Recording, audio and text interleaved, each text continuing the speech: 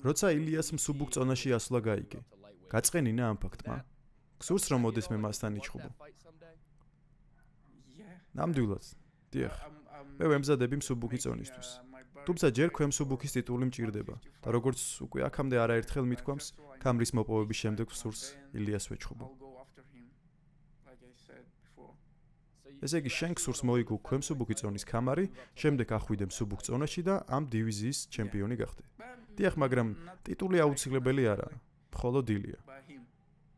მხოლოდ ილია? რატომ მხოლოდ ის?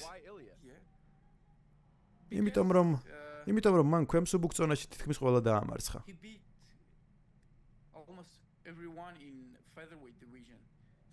იმიტომ რომ ის ყველაზე ძლიერია ამ დივიზიაში.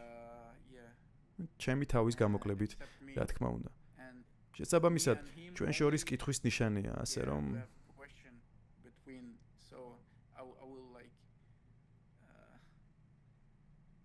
მე ხალხს ვაჩვენებ თუ ვინაა ყველაზე ძლიერი ქვემსუბუქ წონაში.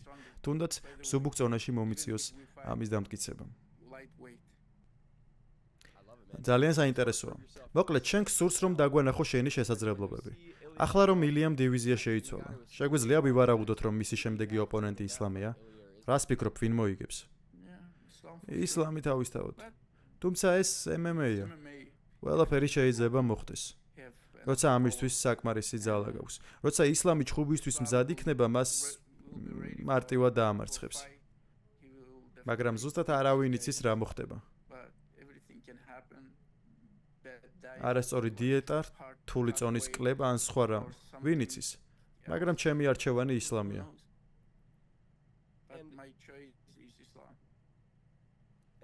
როცა ვსაუბრობთ ილიაზე, ვიცით რომ ის ქართველია, ხოლო როცა ისლამზე ვსაუბრობთ, უფრო სწორად იმის თქმა მინდა რომ ილია ქართველია და ისლამი დაღესტნელია.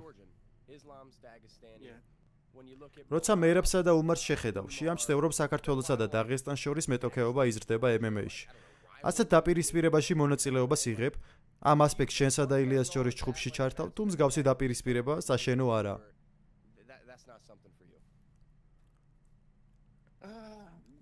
არ ვიცი, ის რატომ უპირისპირებს დაღესტანს და საქართველოს. ფიქრობ, ფანებისთვის ეს კარგი არაა. რადგან ხალხი ცუდად იწყებს საუბარს. მაგალითად, ქართველები დაღესტნელებზე საუბრობენ ცუდად.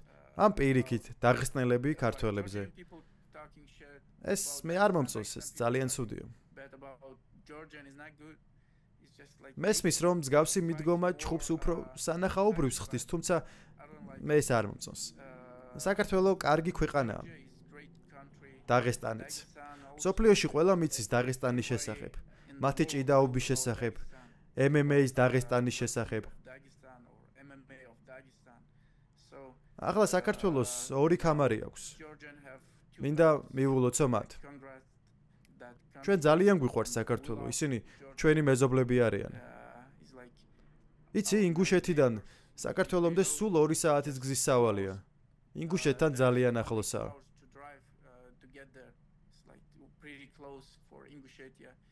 ჩვენ ერთმანეთს პატივს ვცემთ. და არ არის კარგი, როდესაც ხალხი ცუდად იწყებს საუბარს, ასე რომ დიახ, მე ეს არ მომწონს. ეს არის და ეს. ხო, ახლა ილიასა და ისლამის დაპირისპირებას რომ დავუბრუნდე, რა თქმა უნდა, მე ისლამის მხარეს ვარ, იმიტომ რომ ის ჩემი ძმაა და მე მას დიდი ხანია ვიცნობ. ილია კი უბრალოდ ჩემი მსხვერპლია. მე ის უნდა დავამარცხო, მაშინაც კი თუ ისლამი მას 10 ჯერ ცემს. თუმცა ეს მეტოქეობაზე არაა, ხო? დიახ, მე არაფერი პირადული მაქვს. ყოველივე ეს უბრალოდ სპორტია. მე უბრალოდ მინდა ჩემ თავს დავუმტკიცო, რომ ვარ საუკეთესო და ძლიერი. და მე შემიძლია ვიყო ერთ-ერთი საუკეთესო და მსოფლიოში.